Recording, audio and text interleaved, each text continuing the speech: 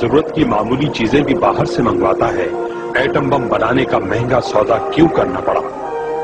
55 برس پہلے atom bomb بنانے اور اسے استعمال کرنے والا امریکہ ہماری ایٹمی صلاحیت سے کیوں خوفزدہ ہے؟ یہ آج کے اہم سوال ہیں اور ان سوالوں کا جواب ایک داستان ہے، کشمیر سے ایٹم بم تک اور ایٹم بم سے کشمیر تک کی ایک طویل اور قدیم داستان، اتنی ہی قدیم جتنا خود انسان کا وجود ہے۔ انسان ہمیشہ سے اپنی بات منوانے کا عادی ہے، اگر اس کی بات مان لی جائے، خواہ اس کی بات غلط اور ناجائز ہی کیوں نہ ہو تو کوئی مسئلہ پیدا نہیں ہوتا، لیکن اگر اس کی بات نہ مانی جائے تو وہ لڑائی جھگڑے پر اتر آتا ہے، طاقت آزماتا ہے اور اپنے گرد و پیش میں موجود اشیاء کو اپنا ہتھیار بنا لیتا ہے۔ اس مقصد کے لیے اس نے خنجر، تیر اور تلوار بنائے، اور جب ایک فرد نے ہتھیار بنائے تو دوسرے نے اس سے زیادہ نقصان پہنچانے والا ہتھیار بنانے کی کوشش کی۔ پھر جب انسان نے بارود دریافت کیا تو اس ہلاکت خیز وعدے کو بھی ہتھیار میں ڈال دیا گیا۔ غلیل کے ذریعے سے دشمن پر کنکریاں پھینکنے والا انسان اب لوہے اور بارود کی گولیاں بنا کر اپنے مقابل پر ہیبت بٹھانے اور اسے مغلوب کرنے کا حیرت انگیز مظاہرہ کر رہا تھا۔ پستول، بندوقیں اور پھر اس کی بڑی اور ہیبت ناک شکلیں، میلوں دور تک مار کرنے والی توپیں، ٹینک اور بختر بند، ناقابل شکست اور غالب رہنے کی خواہش کے انوکھے رنگ۔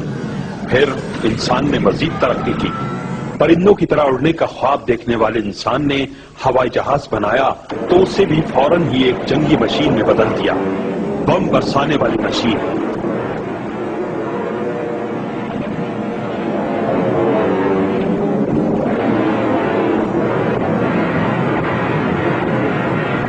انیس سو 14 میں دنیا نے ایک بڑی جنگ کا مزہ چکھا۔ 1919 تک جاری رہنے والی اس 5 سالہ طویل جنگ نے بے شمار ملکوں کو اپنی لپیٹ میں لے لیا۔ ابھی اس جنگ کو ختم ہوئے 20 برس گزرے تھے کہ 1939 میں پھر ایک بار جنگ کا آتش فشاں پھٹ پڑا۔ جاپان، اٹلی اور جرمنی ایک طرف تھے تو برطانیہ، روس، فرانس اور امریکہ دوسری طرف۔ یہ جنگ انسانوں کو نگلتی رہی، بستیاں تاراج ہوتی رہی، قبرستان مردوں سے، اسپتال زخمیوں سے اور کیمپ جنگی قیدیوں سے بھر گئے۔ ہر روایتی ہتھیار کی ہلاکت بڑھائی گئی اور پھر آزمائی گئی۔ جرمنی، جاپان اور اٹلی کی فوجیں دشمنوں کو رونتی ہوئی بڑھتی چلی گئیں۔ 6 برس تک یہ جہنم دہکتا رہا۔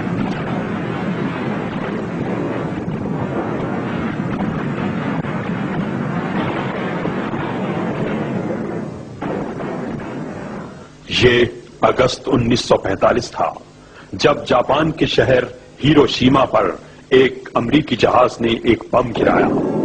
لوگ اسے معمول کا ایک حملہ سمجھ کر پناہ گاہوں کی طرف دوڑے۔ یہ معمول ہی کا تھا، لیکن گرایا جانے والا بم معمول کے مطابق نہ تھا۔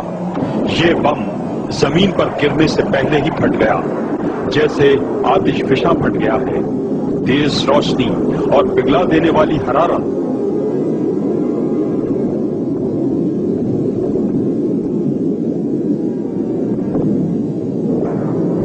اس سے پہلے کہ لوگ سمجھتے وہ موت کا شکار ہو چکے تھے۔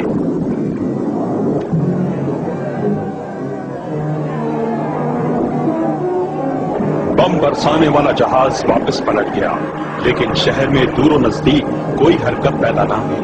ہوتی بھی کیسے؟ پورا شہر آنن فانن ملبے میں تبدیل ہو گیا تھا۔ امدادی کاموں کے لیے دور دراز کے علاقوں سے ٹیمیں یہاں پہنچی تو انہیں ایک ہولناک عذاب کا سامنا کرنا پڑا۔ فضا میں نامعلوم کیمیائی رد عمل موجود تھا، جس نے امدادی ٹیموں پر حملہ کیا تو ان کے چہرے مسخ ہو گئے۔